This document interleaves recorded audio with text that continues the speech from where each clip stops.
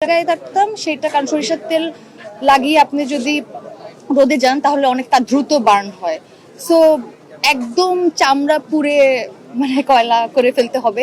কারণ কেন কি, কারণ এটা মেকআপে কাজ হবে না, কারণ ওখানে যে জায়গাটা আপনি যদি কালো মেকআপ দেন, আপনি যদি দৌড়াদৌড়ি করেন, বৃষ্টি হয়, মেকআপ সরে যাবে, আপনি ঘামলে আপনি রিয়েল স্কিন বের হয়ে যাবে।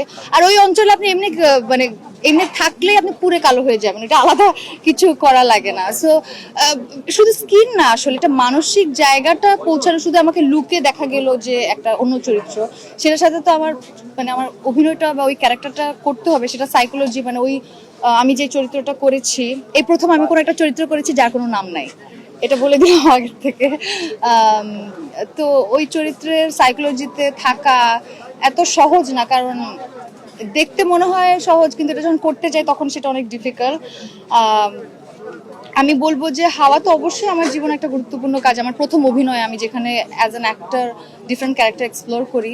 তারপরে তারপরেও আমি কাজ করেছি, কিন্তু সেগুলো রিলিজ হয়নি। এবং তারপর তো রোদ। সো রোদের জার্নিটা আসলে এটা এটা সহজভাবে বলতে গেলে অনেক টাফ। এটা সিনেমাটা দেখলে আপনারা আরো রিলেট করতে পারবেন, আমি আরো অনেক কথা হয়তো প্রশ্নগুলো তখন বলতে পারি।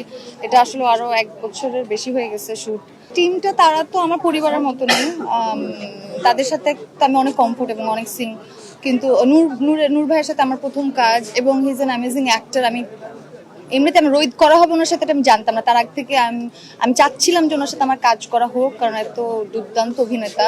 এবং ওনার সাথে কাজ করতে গিয়ে আমার চমৎকার মানে আমরা আসলে ট্রান্সেই ছিলাম না, সত্যি কথা। আমরা যে সময়টাতে প্রিপারেশন টু শুট, আমি তো মানে আমি জাস্ট আমার মানে সবকিছুর থেকে বের হয়ে গেছিলাম, মানে ওখানে লিভিং করি না আমি, মানসিক ওই জায়গাতে ওইখানেই থাকতাম।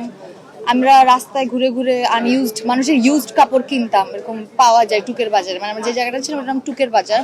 ওখানে এরকম ছালার দোকান, এখানে ইউজড কাপড় চোপড় পরতাম।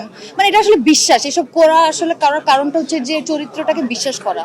আমি যখন বিশ্বাস করব তখন আসলে আপনারা বিশ্বাস করবেন। তা আমার বিশ্বাস করতে, আমার মনে হয় এই প্রসেসে কাজ করলে আমি অনেক বেশি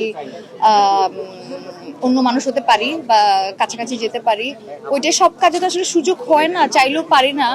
তো কিছু কিছু কাজে হয়তো সুযোগ যদি পেয়ে যায় তখন সেটাকে হাতছাড়া করতে চায় না। সেটা কারণ আমার আসলে এক জীবনযাপন তো ভালো লাগে না। এই তুষি ক্যারেক্টার প্লে করাটা ইটস বোরিং। তো এই তুষি ক্যারেক্টার থেকে ছুটি নিয়ে আমি অন্য চরিত্রে ঢুকে যেতে চাই। এটাই আমার কি বলবো, নেশা, ভালোবাসা, বিভিন্ন বিভিন্ন জীবনযাপন করা, এটাই। আর ফেস্টিভ্যাল নিয়ে আপনি যেটা বললেন সেটা হচ্ছে যে হ্যাঁ, এটা আমার প্রথম ফেস্টিভ্যাল জার্নি যদি আমি যাই, এবং প্রথম অভিজ্ঞতা হয়তো বা হবে।